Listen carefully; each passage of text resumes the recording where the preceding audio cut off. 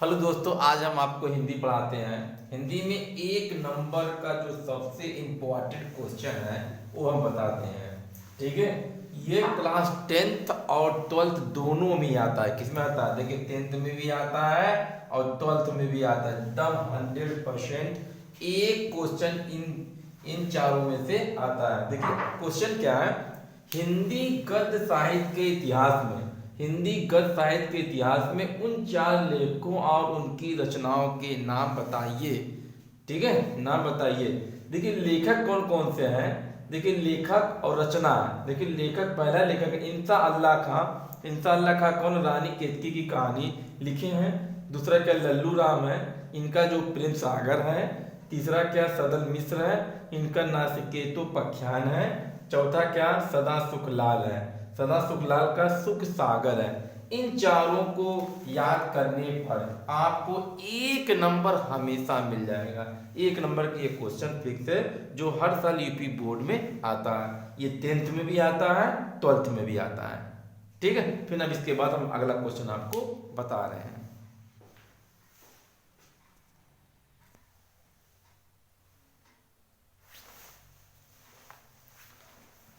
देखिए दोस्तों, आज अब दूसरा क्वेश्चन हम आपको तार सप्तक बताते हैं।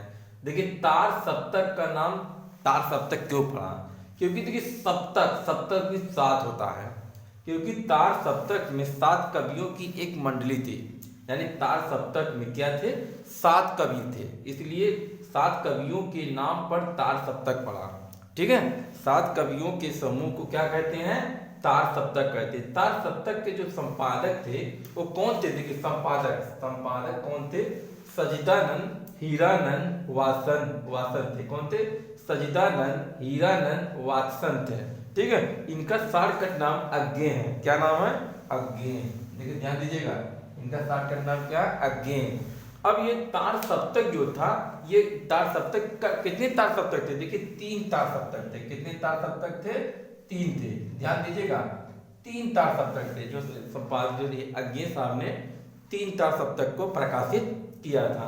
पहला कौन था? प्रथम तार सप्तक।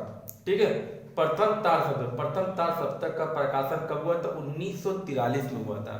ध्यान दीजिएगा, कब हुआ था? 1943 में हुआ था। और दूसरा तार सप्तक का प्रकाशन कब हुआ था? 1951 में हुआ था। कब हुआ था? 1951 में हुआ था। देखिए ध्यान दीजिए, पहला 1943, दूसरा 1951 और तीसरा तार सप्तक आपका कब हुआ था? 1959 में हुआ था।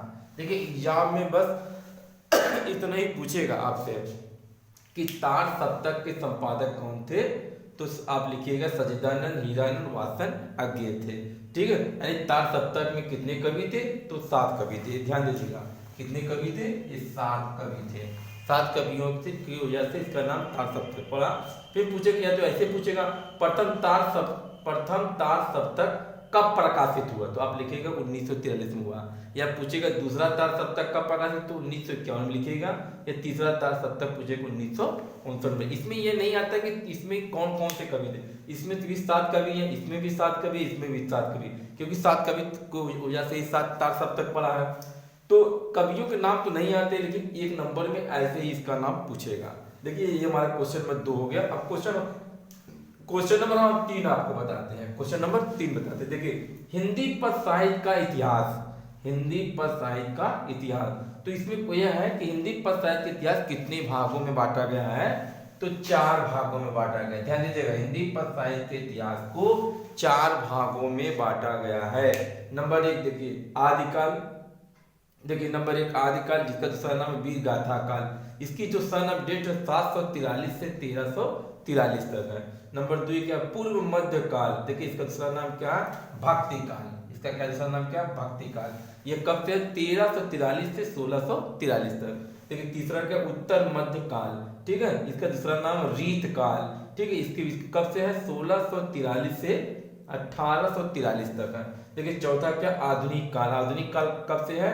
1843 से आज तक। ठीक है, ये देखिए ये ऐसा क्वेश्चन है जो 10th क्लास में और 12th क्लास दोनों में ये आता, एक नंबर में हमेशा आता, ये फिक्स है। ठीक है, अब हम इसके बाद आपको अगला क्वेश्चन बताते हैं। देखिए इसको पहले आप नोट कर लीजिए, अच्छी तरह से उतार लीजिए, लिखना लिख लीजिए, या सुनने से अगर आपको याद हो गया तो अच्छी बात है।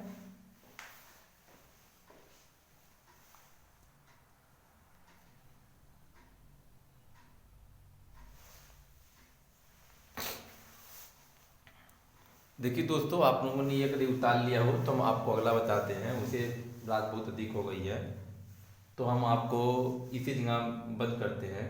ये मेरा वीडियो कैसा लगा आप जरूर हमको लाइक कमेंट सब्सक्राइब करके जरूर बताइएगा। अगर अच्छा लगे तो जरूर आप सब्सक्राइब करिएगा। देखिए हमने आपको वही चीज़ हम पढ़ाने का प्रयास करते हैं जो एग्जाम में बहुत ही इम्पोर्टेंट है। हम आपका फालतू का समय बर्बाद करने का प्रयास नहीं करते हैं, ठीक है। जैसे देखिए हम आपको हर चीज़ याद कराने का प्रयास कर रहे हैं।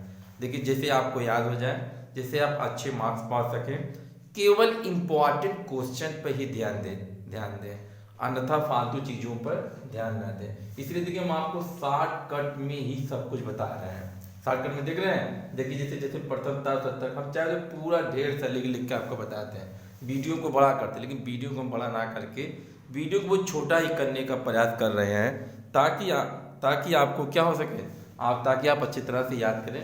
जय हिंद। अब हम आगे चलते हैं। आपको अगर हमारा वीडियो अच्छा लगा तो जरूर आप लाइक कमेंट सब्सक्राइब मेरा कर दीजिएगा। अगर नहीं अच्छा लगा तो सब्सक्राइब मत करिएगा। That's all.